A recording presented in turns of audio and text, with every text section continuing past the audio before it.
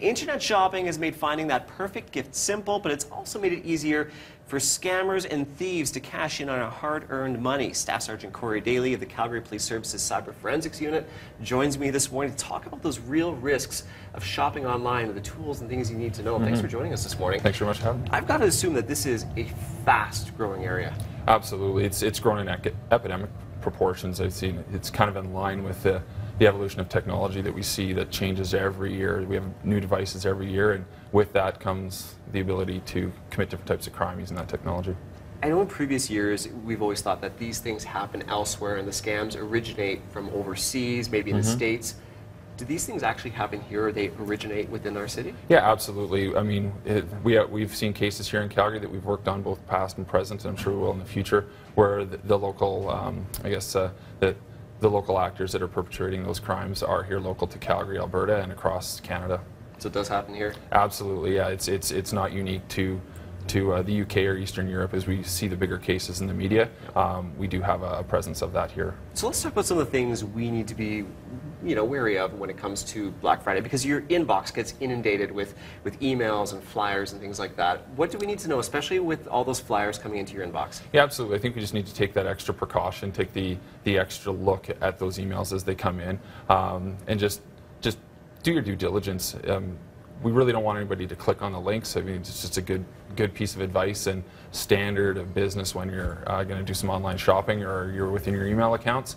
If you're interested in something you see coming in, even if you don't think it's fishy or a scam, if you're interested in something, we just recommend that go to the company's website or the store itself to make your purchase. But yeah, as online shopping is predominantly the way people are doing the shopping nowadays, just go to the website, make sure that the product in the ad is true in the email that you saw, and facilitate your transaction through the actual website that you know to be secure. So why not click on that link? Even if it looks reputable, why not just click on it? Because isn't it going to take me to the right page? Yeah, and it very well may, or it may take you to a page that looks to be the one that's real. Gotcha. So whether it's a cloned website or a cloned page, or they're phishing for your personal information, they want you to put in some personal information or data, or it's a malicious link that's going to install some sort of virus on your computer. It's just basically you're your best line of defense is what we'd like to tell people, and just take that extra thought and make sure that you're safe. And the only way to really know is to go to the website that you know to be secure, that you're familiar with,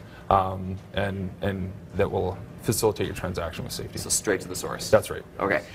This is interesting. When we were chatting before we went on air, we were talking about, you find time to do some shopping on Friday online. That's right. Maybe you're at a local coffee shop and there's open Wi-Fi. Is it a good idea to do your shopping through an open Wi-Fi network? Yeah, I mean, if you're going to do the searching and stuff, you're probably fine. If you're going to be looking at doing some transactions where you're putting in your personal banking information or your personal details, home address, it's probably better to do so on a secure network.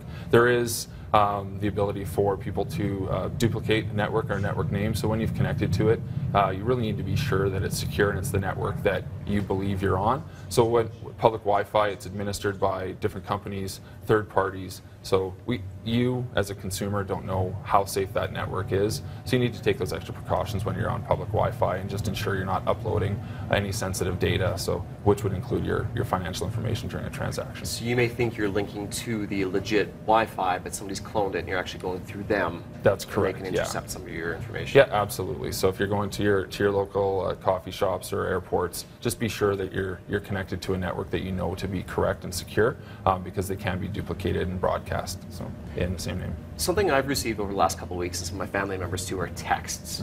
Especially right now with the big deals coming out. Would you ever receive a text from a store about a deal? Because some of them look enticing and it says click here to take you to the page. Yeah, absolutely. Some of them that come true are real. I mean, the telcos themselves, the telephone companies that want to push out something about a new product or a new deal with a brand new device on the market, it could be real. A lot of them are not. They are an opportunity to bait you into some sort of a scam in regards to doing online shopping or a secret shopper scam or a new device. So again, the same advice would be from the emails that you receive.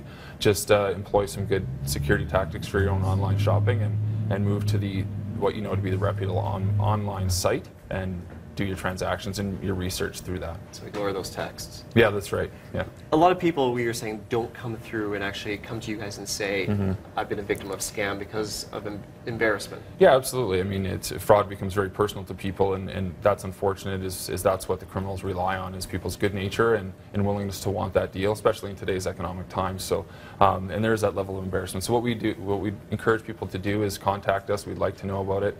We'd like to try and bring some resolution to that case specifically. And secondly, we'd like to identify any trends that are happening here in our community and within Canada, and so we can share those with our law enforcement partners and mitigate any further victimization of the public.